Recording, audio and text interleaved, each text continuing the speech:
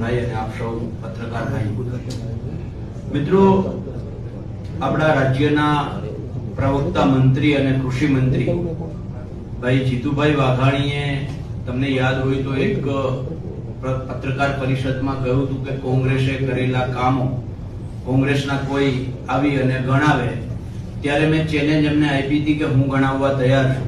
આજ દિવસ સુધી જીતુભાઈ એ વાતને લઈ અને ક્યારેય સામે આવ્યા નથી ચર્ચા કરવા. એટલે જીતુભાઈ ત્યારે ભાઈગા. બીજું, હમણાં મોરબીમાં ટ્રેક્ટર યાત્રા સમયે લાલજીભાઈ થી જે એક શબ્દ બોલાયો અને એના બદલે એને પોતાની દિલગીરી વ્યક્ત કરી, પણ તેમ છતાંય જીતુભાઈ વાઘાણીએ ડાયરેક્ટ કોંગ્રેસના સંસ્કાર ઉપર વાત કરી છે. જીતુભાઈ વાઘાણી રાજ્ય સરકારના પ્રવક્તા મંત્રી છે અને કૃષિ મંત્રી પણ છે. પહેલા મેં એને ચેલેન્જ સ્વીકારી ત્યારે જીતુભાઈ એ ભાઈગા છે, એટલે જીતુભાઈ પોતાની જવાબદારીથી ભાગે છે. શું આ જીતુભાઈના ભાગવાના સંસ્કાર છે? જીતુભાઈની જવાબદારી એગ્રીકલ્ચર, કૃષિને લગતી છે. જીતુભાઈએ જ્યારે ગુજરાતમાં કમોસમી વરસાદ ઓક્ટોબરમાં થયો અને ત્યારે એમણે જાહેરાત કરી હતી 10,000 કરોડના પેકેજની.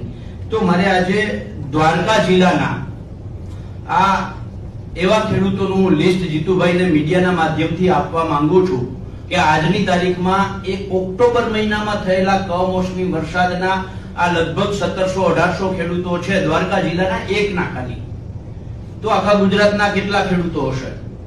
જીતુભાઈ આનો જવાબ આપે કે કમોસમી વરસાદમાં જે ખેડૂતોને નુકસાન થયું છે અને એને વળતર આપવાનું હતું, દ્વારકા જિલ્લામાં 1700-1800 ખેડૂતોને આજની તારીખમાં 1 રૂપિયો પણ મળ્યો નથી. તો આ ન મળવાના કારણો શું? એવી જ રીતે ટેકાના ભાવે જ્યારે ખરીદીની જાહેરાત કરી ત્યારે બહુ મોટી વાત કરી હતી કે 7 દિવસની અંદર ખેડૂતોને ટેકાના ભાવના પૈસા મળી જશે. આ દ્વારકા જિલ્લાના 5000 થી વધારે ખેડૂતોનું લિસ્ટ છે કે જેને 2 મહિના થઈ ગયા છે પણ આજની તારીખમાં એમને પૈસા મળ્યા નથી. તો જીતુભાઈ, આ તમારા સંસ્કાર છે? કૃષિ મંત્રી તરીકેના તમારા સંસ્કાર છે? ભાજપ તરીકેના તમારા સંસ્કાર છે? કે તમારી જે જવાબદારી ગુજરાતના લોકોએ ભેગા થઈ અને તમને આપી છે એ જવાબદારીથી તમે સતત ભાગો છો? પણ મહત્વનું વસ્તુ એ છે કે જે ખેડૂતે શિયાળુ પાક વાવવા માટે કમોસમી વરસાદની જે રાહતની આશાએ બેઠો હતો, એને આજે 3-4 મહિના થવા છતાં પણ પૈસા મળ્યા નથી.